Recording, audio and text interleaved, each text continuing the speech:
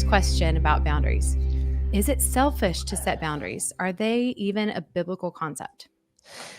No, I mean, yes, and I do go back. I think that very few of us grew up learning about boundaries, what that meant. It was, as a kid, you weren't supposed to say anything. You were supposed to be, just things that you had these rules that you just kind of followed, but didn't know that sometimes those got pushed a little bit and it really wasn't fair. So the boundary is just a dividing line. It's just, in geography, it's a boundary that where one property ends, the other begins. So in interpersonal relationships in a marriage, it's a boundary dividing one person and others. So you can have separate identities, responsibilities, privileges. Sometimes you need to set boundaries because you don't feel safe or things are being said that you don't want to be said to you. And so there's a number of ways, but it's you being able to draw a line in the sand, so to speak, and say, let's not do this, or you can't do this, depending on what the situation is. So it gives you that space you need.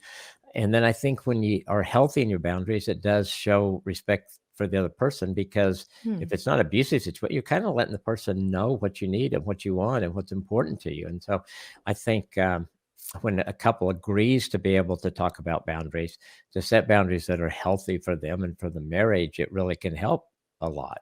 And I think the other part of that, is it biblical? I think so, because I think Jesus set boundaries. We saw him take care of himself. He would withdraw. He didn't heal people 24/7. He was able to say, I got to have some time in my humanness.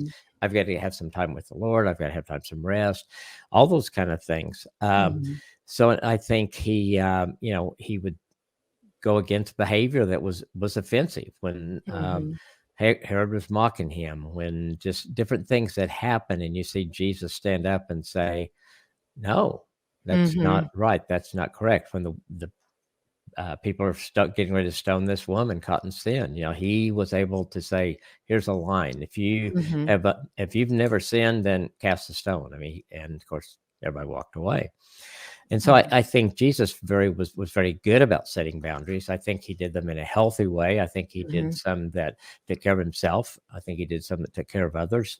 But in the big picture, they were healthy, and the right thing was accomplished by setting some boundaries.